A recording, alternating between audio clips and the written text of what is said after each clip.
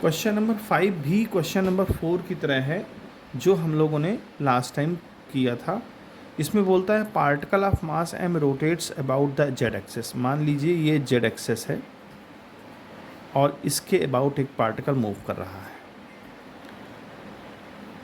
और उसकी रेडियस जो है ए दे रखी है विद यूनिफॉर्म एंगुलर स्पीड, यानी कि जो ओमेगा है वो यूनिफॉर्म है।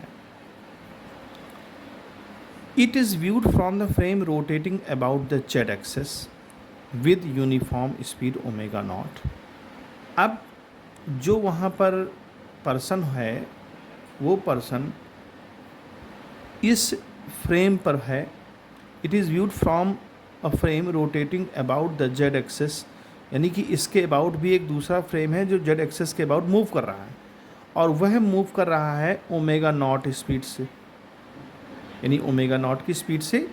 वो पर्सन उस फ्रेम में बैठा है जो जेड एक्सेस के अबाउट घूम रहा है। मान लो आप ऐसे समझ लो कि ये एक दूसरा फ्रेम है, वो भी जो है जेड एक्सेस से अबाउट मूव कर रहा है और वहाँ पर जो वैल्यू है वो वैल्यू ओमेगा नॉट की स्पीड, यानी कि जो पर्सन है, मान लीजिए ये यहाँ पर ये ऐसे पर्सन है, इस पर्सन की ओमेगा नॉट स्पीड है और पार्टिकल की ओमेगा स्पीड है। ठीक, फिर कहता है कि the centrifugal force on the particle is.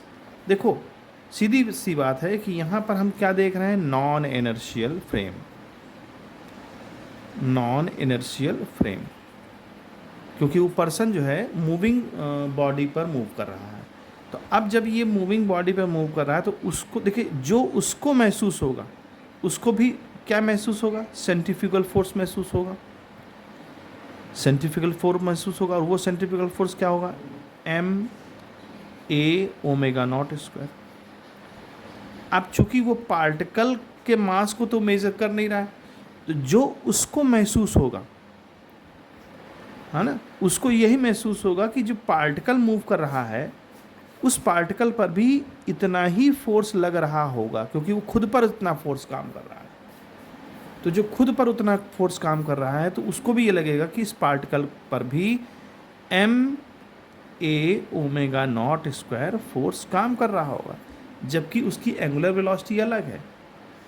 तो चूंकि ये एक फ्रेम ऑफ रेफरेंस की बात होती है कि फ्रेम ऑफ रेफरेंस क्या है और कैसे हम उसको देख रहे हैं, तो ये डिपेंड करता है कि हम किस सिचुएशन में हैं। तो अकॉर्डिंग टू सिचुएशन यहाँ पर फोर्स आपको एक्सपीरियंस होगा।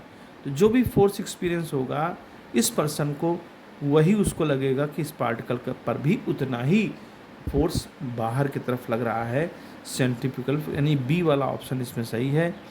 और चूंकि ये भी जेड एक्सिस के अबाउट घूम रहा है और पार्टिकल जेड एक्सिस के अबाउट घूम रहा है, तो इस तरह से इस क्वेश्चन को सॉल्व